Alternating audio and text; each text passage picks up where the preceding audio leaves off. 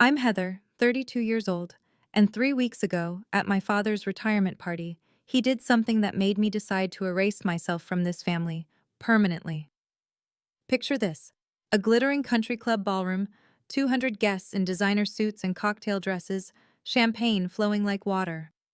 My father stood on stage, microphone in hand, introducing his family one by one. When he got to me, he smiled that smile I'd seen 1,000 times, the one that looked warm to everyone else but cut like glass. "And this is my daughter Heather," he said. "No degree, no future, just freeloads off the family." 200 people laughed. I didn't flinch. I didn't cry. I just smiled, raised my champagne glass and said, "Cheers. This is the last time any of you will see me." Then I walked out. The room went completely silent. What happened next? That's what I'm here to tell you. Before I continue, please take a moment to like and subscribe, but only if you genuinely want to know how this story ends. And let me know in the comments where you're watching from and what time it is there.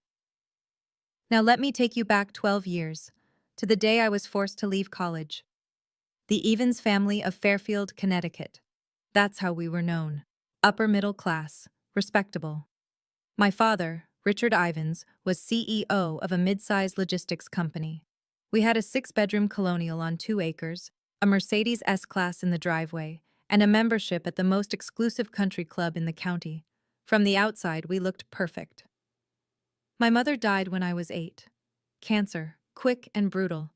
I barely remember her face without looking at photographs, but I remember her hands, soft, always reaching for mine. 2 years later, my father remarried. Linda. She came with a son from her previous marriage, Marcus, 3 years older than me. Within months, they weren't just part of our family. They were the family. I became furniture. Not in any dramatic way, you understand. No Cinderella-style abuse. Just invisibility. Marcus got the praise for his grades. Mine were ignored. Marcus got the new car at 16. I got his hand-me-down. Marcus was the future of the company. I was also here. My father never hit me, never screamed at me. He just looked through me, like I was a window he was trying to see past. But there was one person who saw me. My grandmother, Margaret Ivans. My father's mother. She'd call me every Sunday, ask about my classes, my friends, my dreams. She'd say things like, "You remind me of myself at your age, Heather. Underestimated. But I see you." She left me something when she died, something no one in the family knew about. But I'm getting ahead of myself. In this family, I learned to become invisible. What I didn't know then was that invisibility would become my greatest weapon. The day my future was decided for me, I was 20 years old. Sophomore year at UConn, business major, 3.8 GPA. I had plans, dreams. A scholarship application sitting on my desk for a summer program in London. My father called me home on a Wednesday. "Family meeting," he said. Those 2 words had never meant anything good. I found him in his study. Mahogany desk, leather chair, walls lined with awards and certificates. Linda stood beside him, her hand on his shoulder, supportive, united. "Heather," my father began, not looking up from his papers, "we need to make some sacrifices as a family. Marcus has been accepted into the Wharton MBA program. It's an incredible opportunity." My heart rate didn't change. I already knew where this was going.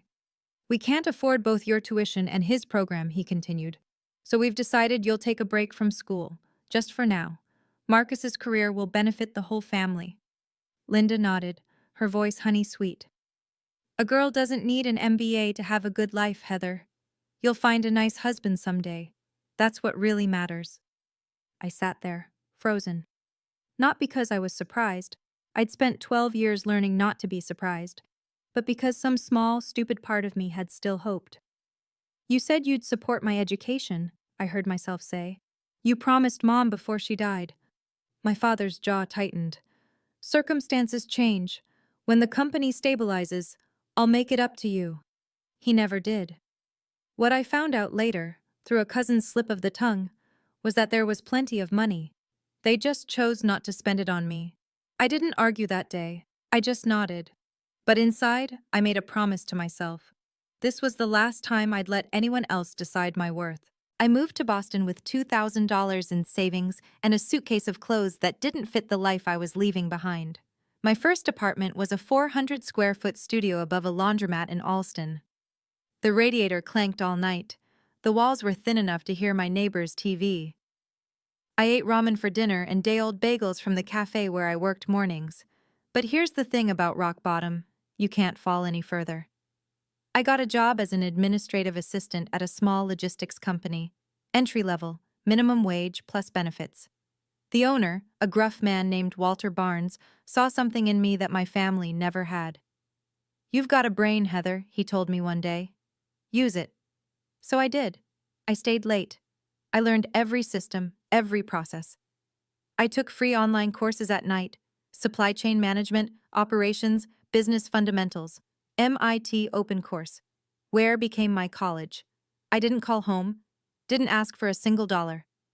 When my father's secretary sent me a birthday card with a $50 check from the family, I tore it up and threw it away. 4 years after I left Connecticut, I had saved enough to start my own consulting firm. Meridian Consulting, LLC.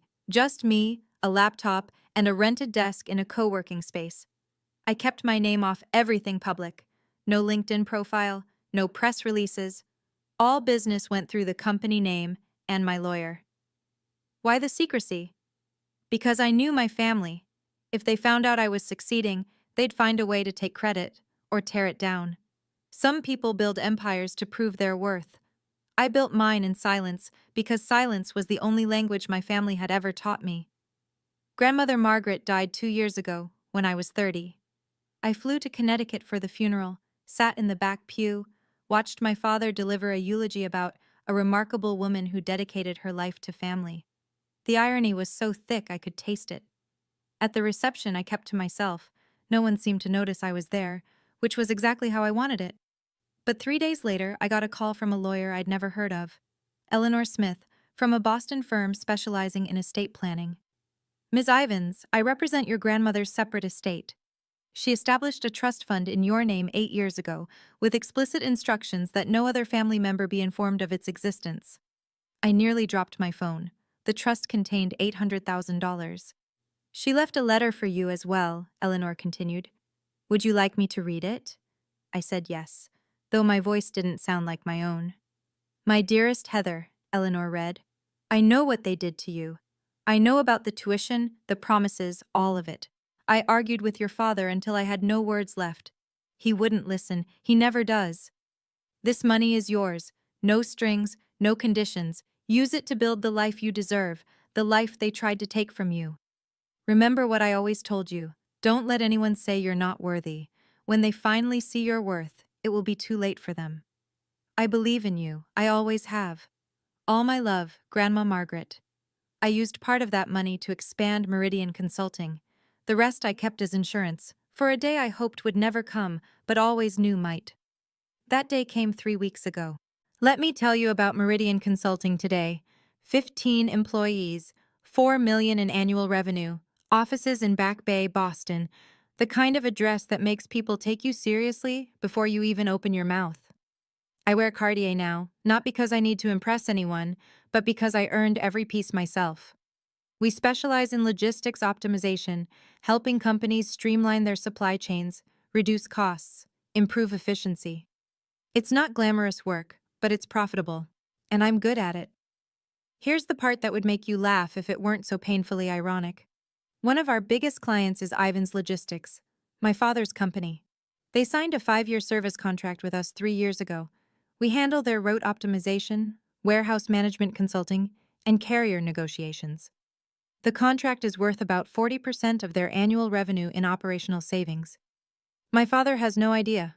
All communications go through my team. All contracts are signed by my CFO, Daniel Reeves. The few times Richard Ivins has praised Meridian Consulting at industry events, he's been praising his own daughter's work. The daughter he told everyone was worthless. 3 weeks ago, I received a formal invitation to his retirement party. Gold embossed lettering. "Richard Ivins requests the pleasure of your company." I almost threw it away. Almost. But then I thought about Grandma Margaret. about 12 years of silence, about every promise broken and every door closed in my face. I RSVP'd yes, not because I wanted reconciliation, not because I hoped things had changed. I went because I knew, with absolute certainty, that my father would do something unforgivable. And when he did, I wanted to be there to say goodbye on my own terms. I just didn't know how right I would be. The Fairfield Country Club hasn't changed in 30 years. Same Swarovski chandeliers, same pretentious valet service, same crowd of old money and new ambition pretending they belong together. I wore a black Valentino dress, simple, elegant, expensive. My grandmother's pearl earrings, Cartier watch, Hermes Birkin bag. Everything I owned, I'd bought myself. That mattered to me more than the labels.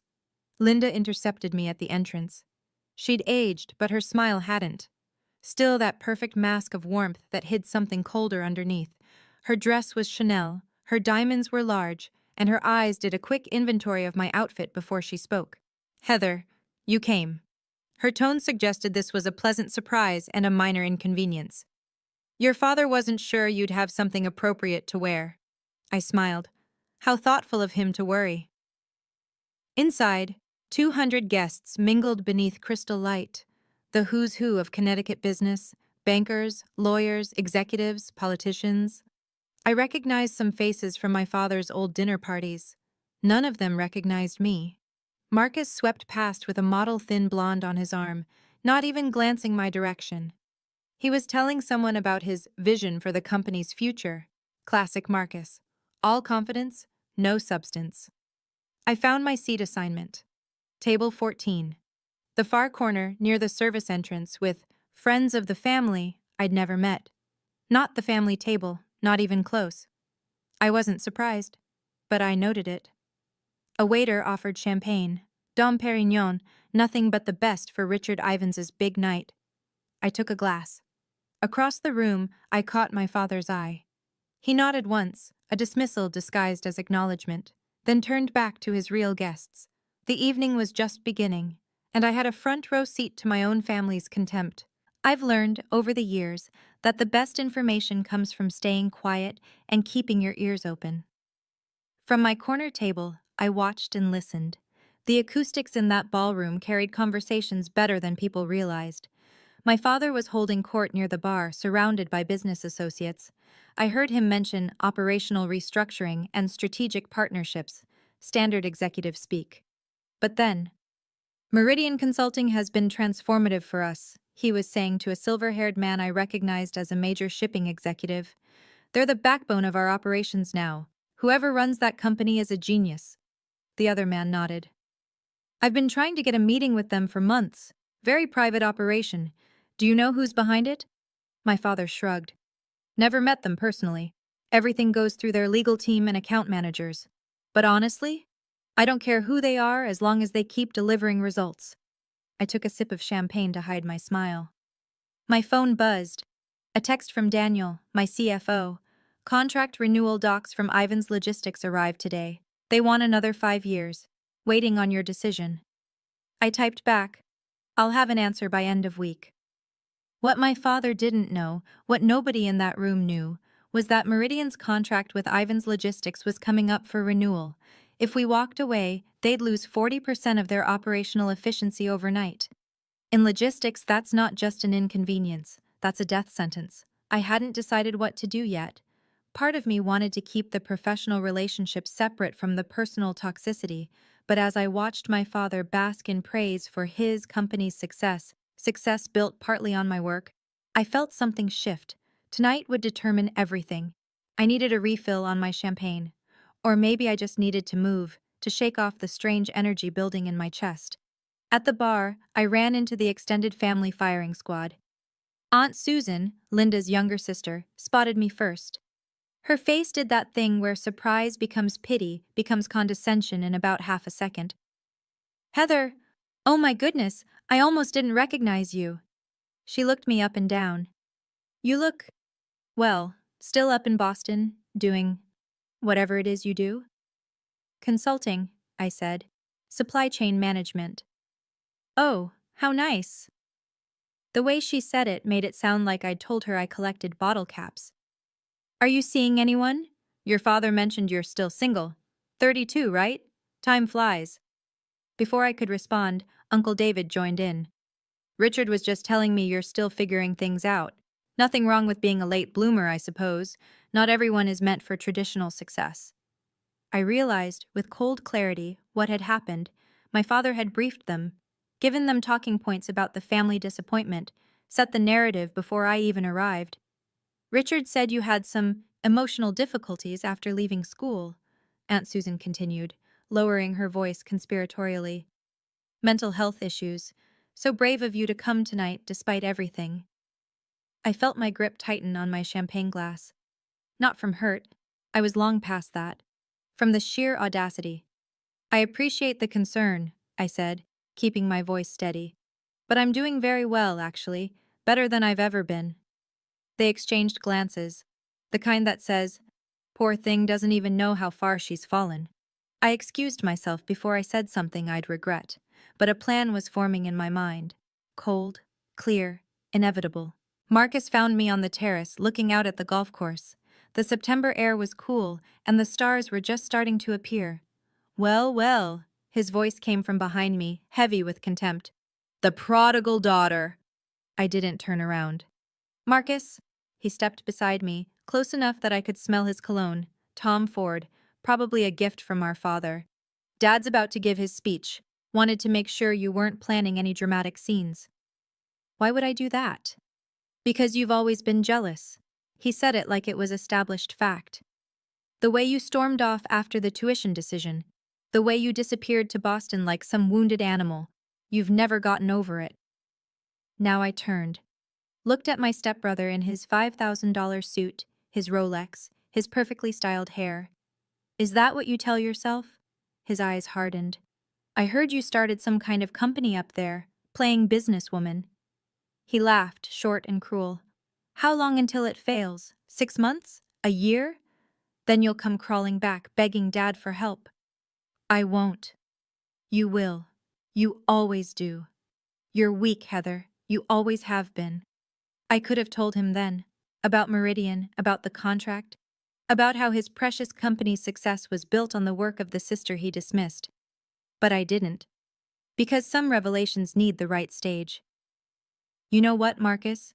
You can believe whatever makes you feel better. I started to walk past him. But I promise you this.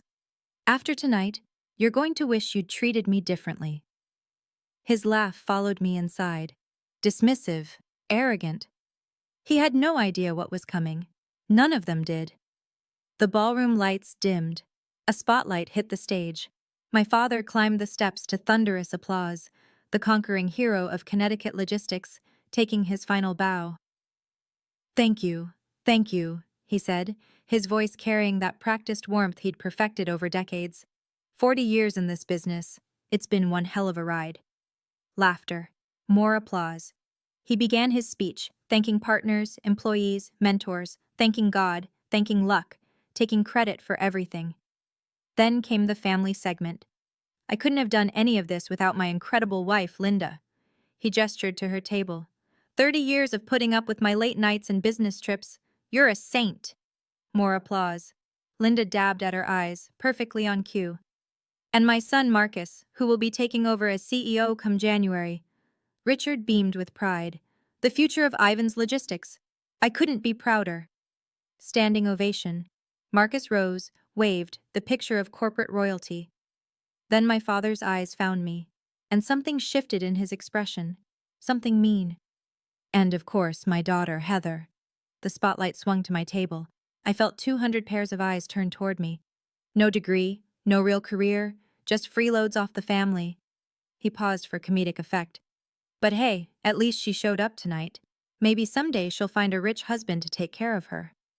The room erupted in laughter, real laughter, the kind that comes from people who think they're in on a joke, not realizing they're watching cruelty dressed up as comedy. I sat perfectly still, didn't flinch, didn't cry, didn't look away. I just waited for the laughter to fade, and then I stood up. The room went quiet as I rose. I could feel every eye on me. Some curious, some pitying, some already preparing to witness a breakdown, the unstable daughter finally cracking under her father's harmless joke. I picked up my champagne glass. Slowly, deliberately. My father's smile faltered, just slightly. He hadn't expected me to react. I never did.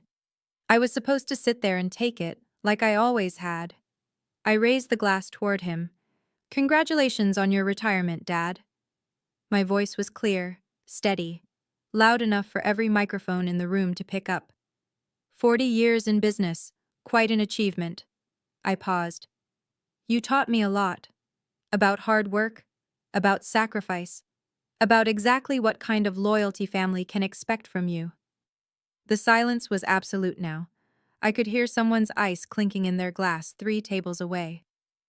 So here's to you. I lifted my champagne higher. Cheers.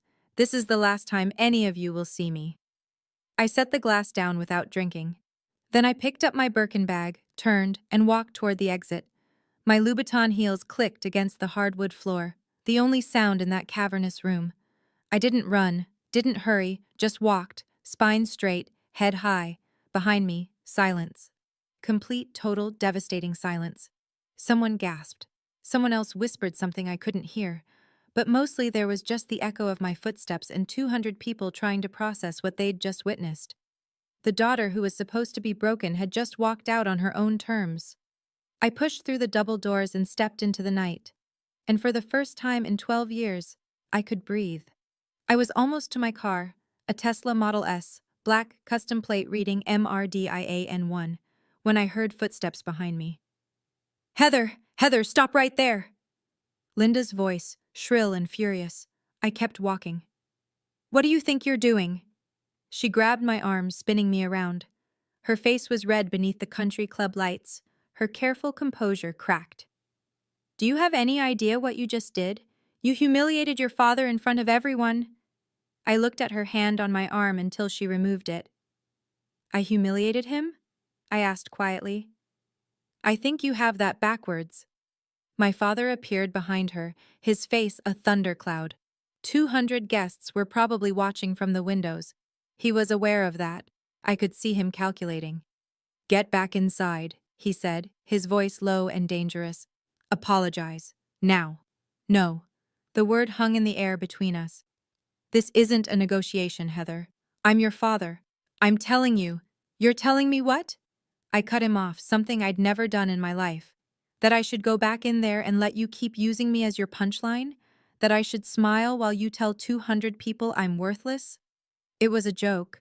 It was the truth of how you see me. And I'm done pretending otherwise. I opened my car door. My father stepped forward. "If you leave now, you're done. Do you understand me? No more family, no more support, nothing." I almost laughed. "Dad, you cut me off 12 years ago. You just didn't have the courage to say it out loud." I slid into the driver's seat. "Tonight, I'm saying it for both of us." I started the engine. "Goodbye," and I drove away. I pulled into a rest stop about 20 minutes outside Fairfield and sat in my car, engine idling, hands still on the wheel. For a long moment, I just breathed. Okay, let me step out of the story for a second and talk to you directly. I know some of you watching this have been through something similar. Maybe not a retirement party, maybe not 200 witnesses, but that feeling of being the family disappointment, the one they talk about in whispers, the one whose success they refuse to see. I know you understand. If you've ever sat at a family gathering while someone made you the punchline, if you've ever smiled through pain because making a scene would only prove them right, if you've ever loved people who made you feel invisible, this story is for you. So here's what I'm asking. If any of this is resonating with you, drop a comment. Tell me your story, or just let me know you're here. Because honestly, knowing I'm not alone in this, that means more than you can imagine. And if you want to know what happened next, and trust me, the next part is where everything changes, make sure you're subscribed. Hit that bell, because what my father discovered in the weeks after that party, well, let's just say he learned exactly how wrong he was about me. Now, back to the story. The morning after the party, I woke up in my Boston apartment feeling lighter than I had in years, but I knew it wasn't over. Families like mine don't let go that easily. They would try to control the narrative, spin the story, Make me the villain. What they didn't know was that I had something they couldn't spin their way out of. Let me tell you about the week that followed. It started with text messages. Not from my father. He was too proud for that. But from cousins, aunts, family friends. People I hadn't spoken to in years, suddenly very concerned about my mental state. Heather, I heard about the party. Your dad says you're struggling. Do you need help? Susan told me you had some kind of breakdown. We're all worried about you, sweetie. Your father loves you. He just wants what's best. Maybe you should apologize and come home. The narrative was already being written. Poor Heather, unstable, jealous, had some kind of episode at the party. Richard Ivins, patient, loving father, doing his best with a troubled daughter. I didn't respond to any of them. Then came the more interesting call. My phone rang on Tuesday afternoon, a Connecticut number I didn't recognize. I answered anyway. Miss Ivins, this is James Crawford. I'm a partner at Ivins Logistics. The voice was polished, professional. I'm calling on behalf of Richard. He'd like to discuss mending fences. Really?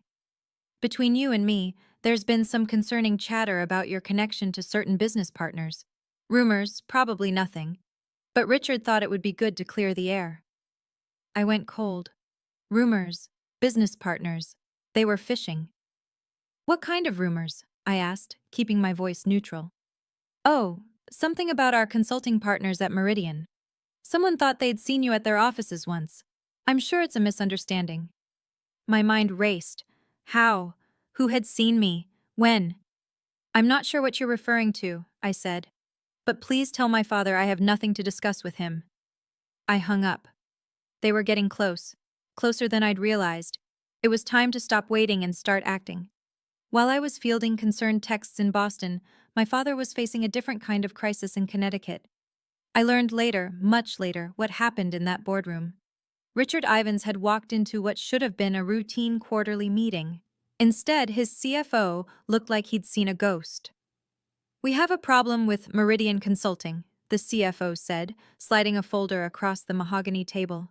Their contract is up for renewal in 6 months. They haven't responded to our extension offer. Richard frowned. So, send another offer. Increase the terms if you have to. We've tried, 3 times. Their legal team just says under review. Then call their executives directly. We've tried that too. The CFO shifted uncomfortably. Sir, Meridian Consulting is extremely private. No one meets with their leadership. Everything goes through intermediaries. Richard's frown deepened. We've been working with them for 3 years. Someone must have met with them. No, sir. It's all been virtual meetings, legal representatives, account managers. No one at this company has ever met the actual ownership. A long silence. If they walk away from us, the CFO continued, we lose 40% of our operational efficiency overnight. It would take at least 18 months to find a replacement, and that's optimistic. In this market, I know what it means, Richard snapped. He stared at the folder. Something was nagging at him. The timing, the silence, the fact that this was happening right after. Find out who owns that company, he said. I don't care what it takes. I want a name by end of week. What Richard didn't know, what he was about to discover, was that the name he was looking for was already on his family tree. Thursday evening, my phone rang. Linda. I almost didn't answer, but curiosity got the better of me. Heather, sweetheart. Her voice was honey and sugar, the performance of a lifetime. I've been so worried about you. Have you? Of course. Your family. That's what family does. She laughed softly, as if we were sharing a private joke. Listen, about the party, your father feels terrible. He didn't mean what he said. You know how he is. He was nervous, trying to be funny. He said I had no future and no worth, in front of 200 people. He exaggerates when he's anxious, you know that. Linda paused, recalibrating. Why don't you come home this weekend? We could have dinner, just the 4 of us. Clear the air, start fresh. I could picture her sitting in that pristine living room, rehearsing this call, planning exactly which buttons to push. The concerned mother, the peacemaker, the bridge between troubled daughter and wounded father. Does Dad want to apologize? I asked. A slight hesitation. He wants to move forward, That's what matters, isn't it? So no apology. Heather, don't be difficult. We're trying to help you. Help me? Now I laughed. Linda, you've spent 22 years making sure I knew I wasn't really part of this family. Now you're calling to help me? Why? Another pause. Longer this time. I think we both know there's more going on here than just family drama, she said, her voice dropping its warmth. Whatever you're planning, and I know you're planning something, it would be better for everyone if you just came home and talked this through. No. I hung up before she could respond. They knew something. They just didn't know how much to be afraid of yet. The next morning, I drove to Eleanor Smith's office in downtown Boston. Eleanor had been my grandmother's lawyer and, since the trust fund, had become mine. Her office was sleek and efficient, glass and steel, Boston skyline views, the kind of place where serious business happened. "I've been expecting you," she said when I walked in. "I assume this is about Ivan's Logistics." "They're investigating Meridian, trying to find out who owns it." Eleanor nodded, unsurprised. "Your anonymity was always going to be temporary. The question is, how do you want this to unfold?" She spread documents across her desk. The Meridian contract with Ivan's Logistics, every clause, every renewal term, every exit provision, the trust fund documents, the company and corporation papers. "Your contract includes a standard 30-day termination notice," Eleanor said, pointing to the relevant section. "You can end the agreement for any reason. No penalties, no legal exposure." "And my grandmother's trust?" "Completely separate from the Ivans family estate, legally unimpeachable. Richard has no claim to any of it, even if he tried to contest." She looked at me over her glasses. "Margaret made sure of that." I stared at the papers. Everything was in order, everything was legal, every T crossed, every I dotted. "What did my grandmother say about all this, when she set up the trust?" Eleanor smiled sadly. She said, "One day, Heather is going to need leverage, and when that day comes, I want her to have it." I felt tears prick at my eyes.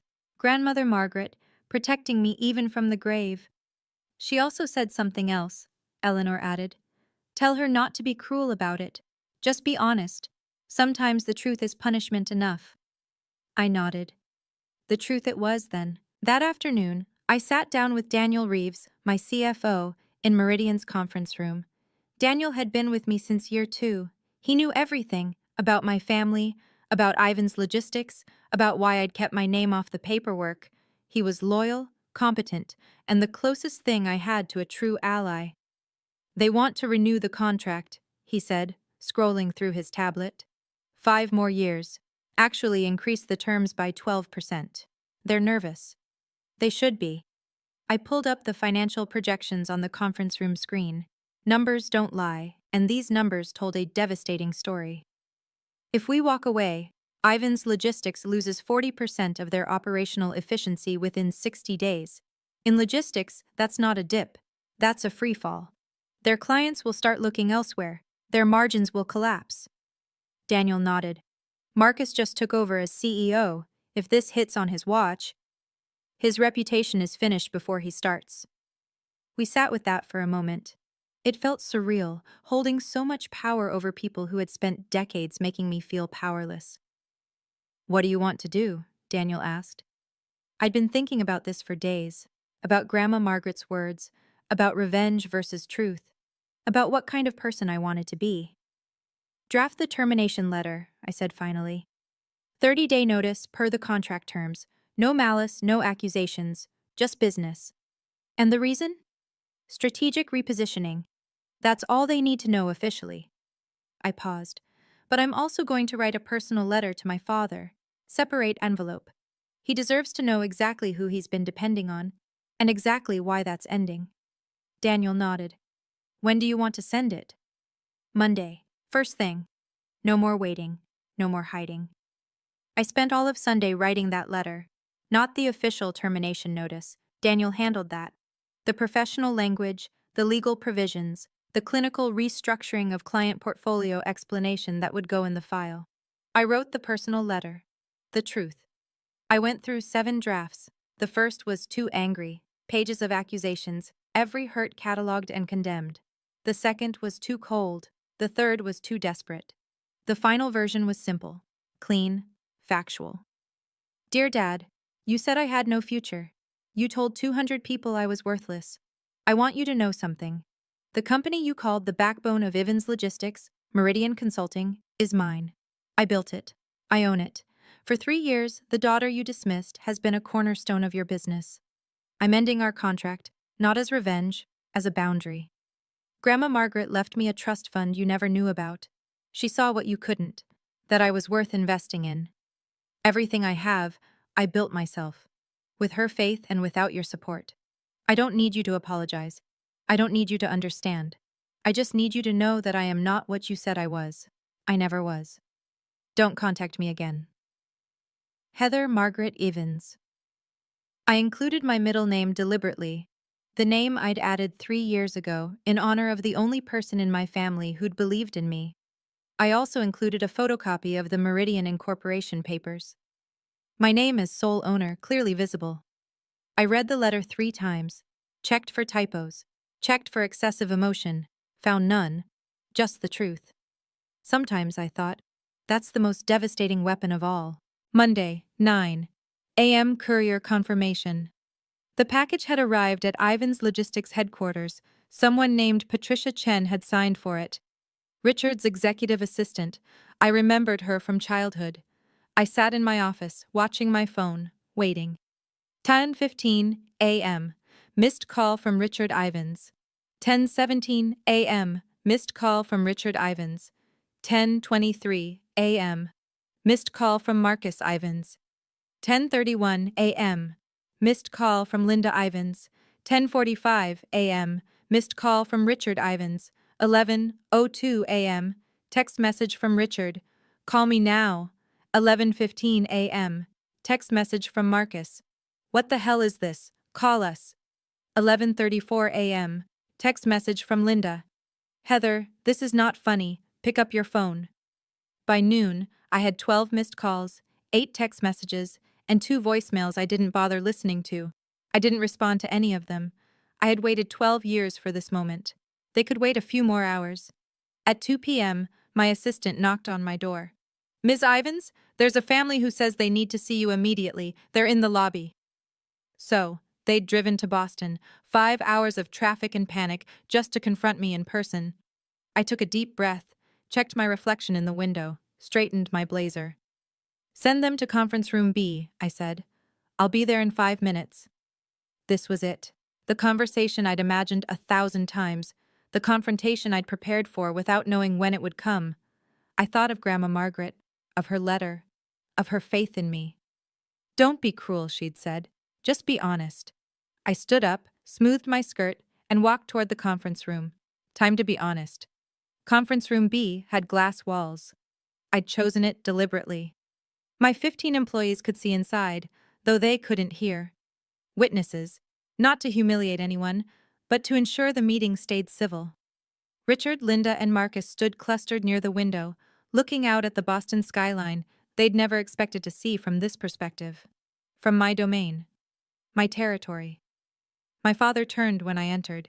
His face was gray, older than I'd ever seen him look. Heather. His voice cracked on my name.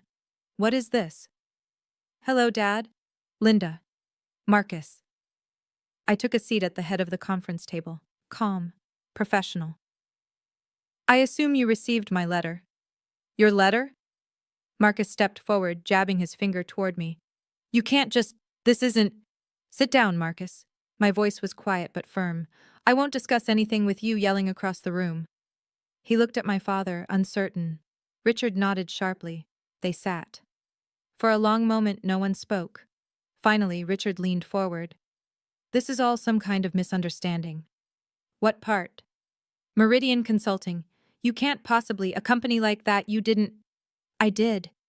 I slid a folder across the table. Company registration, tax filings, client list. 3 years ago, your company signed a contract with mine. You praised my work at industry events. You called us transformative. You just didn't know you were praising me. Linda's face had gone pale. But you don't have a degree. You were just a… A what, Linda? A disappointment? A failure? I shook my head. I was a 20-year-old who was told to sacrifice her future.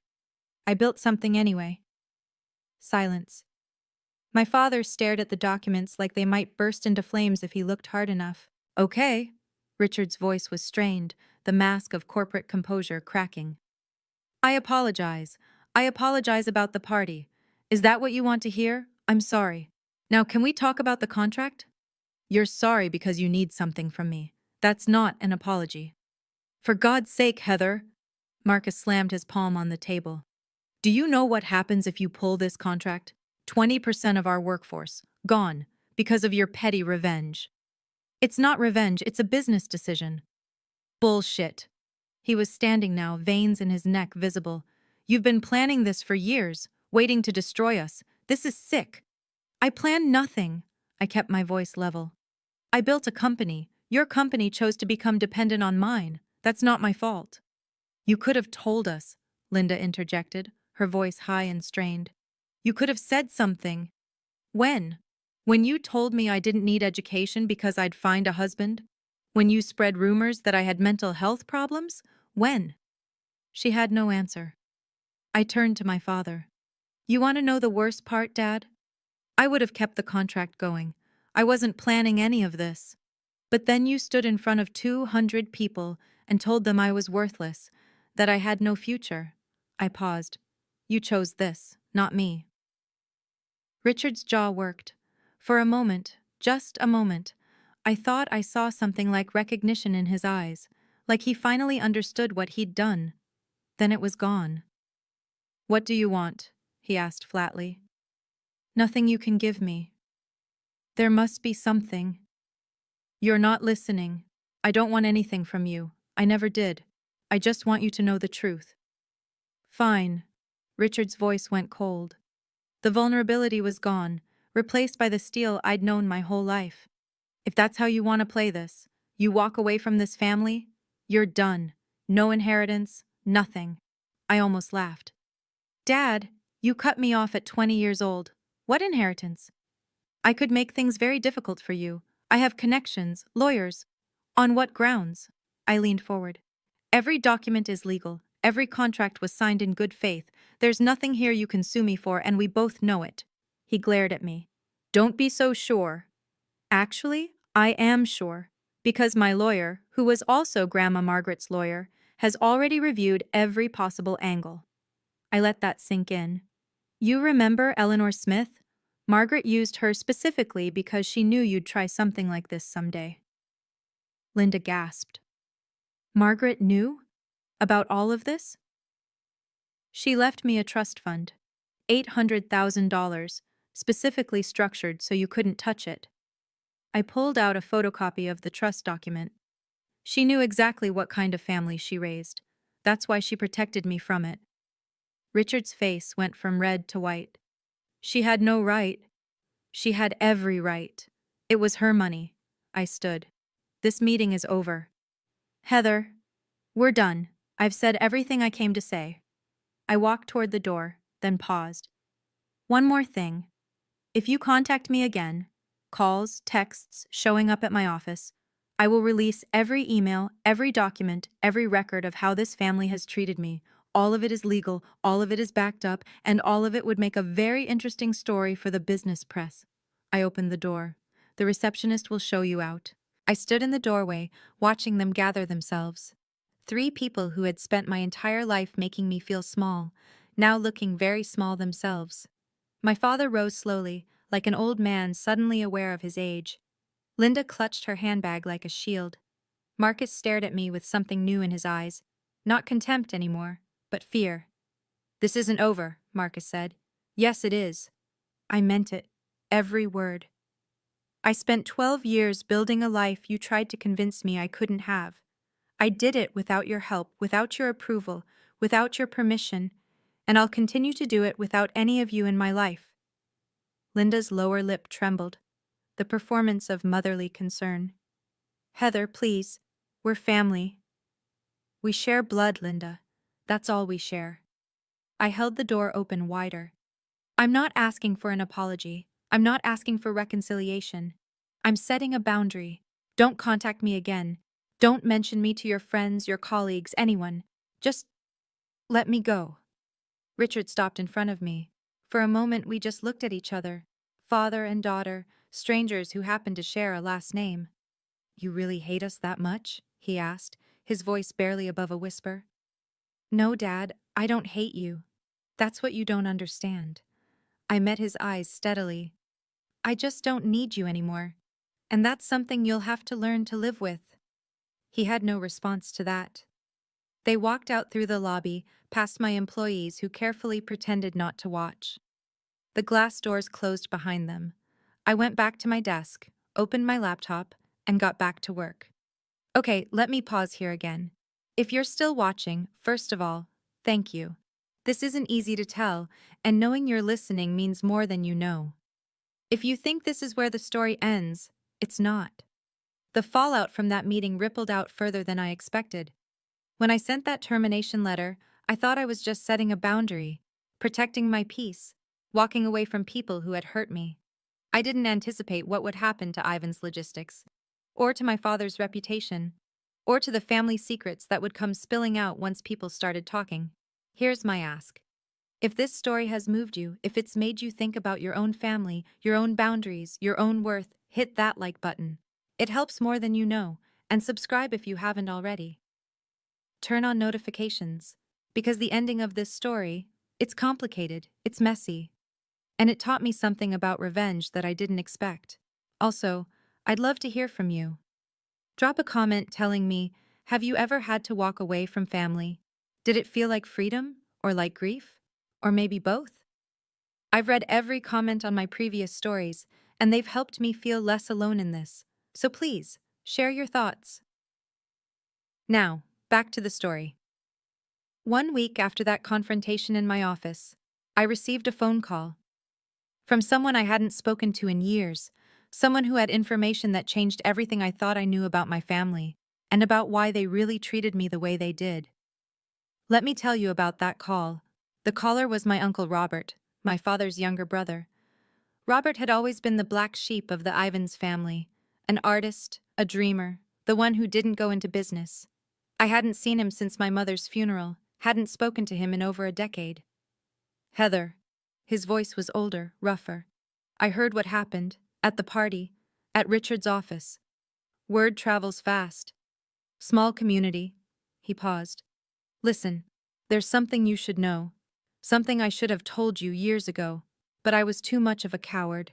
I sat down slowly. "I'm listening."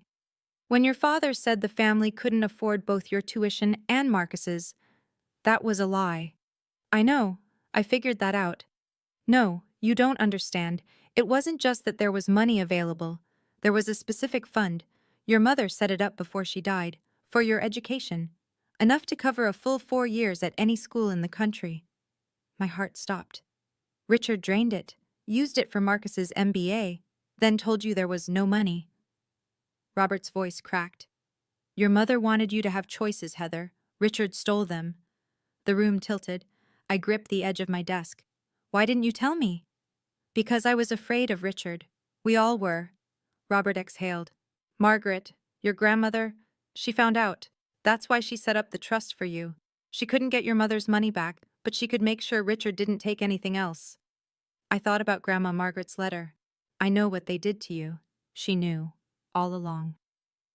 "Why are you telling me now?" I asked. "Because it's time the truth came out. All of it." He wasn't done. 2 months after I terminated the Meridian contract, the consequences became public. I wasn't trying to monitor what happened to Ivan's logistics. Honestly, I was trying to move on. But in the Connecticut business community, news travels fast, especially bad news. The company announced a 20% workforce reduction.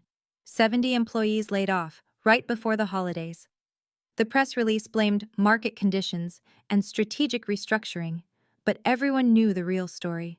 Their biggest consulting partner had walked away, and they couldn't recover. Marcus, barely 3 months into his role as CEO, was already being questioned by the board. His vision for the future was crumbling under the weight of his father's bridge burning. Richard came out of retirement to help manage the crisis. The triumphant exit he'd planned, the legacy he'd built, was unraveling. But the real damage was to their reputation. Word spread. Not from me, I kept my mouth shut. But 200 people had watched my father humiliate his daughter at that party, and when those same people heard that the daughter was actually his company's most important business partner, the whispers started. Did you hear about Richard Ivins? Mocked his own daughter, turns out she was keeping his company afloat. Always thought there was something off about that family. In Connecticut business circles, reputation is everything. And Richard's was crumbling. A former colleague told me that at a recent industry dinner, Richard sat alone. No one wanted to be associated with the man who'd publicly disowned the daughter who'd secretly been his backbone. I didn't feel triumphant hearing this. I didn't feel satisfied. I just felt tired. Grandma Margaret had been right. Sometimes the truth is punishment enough. I didn't have to do anything else.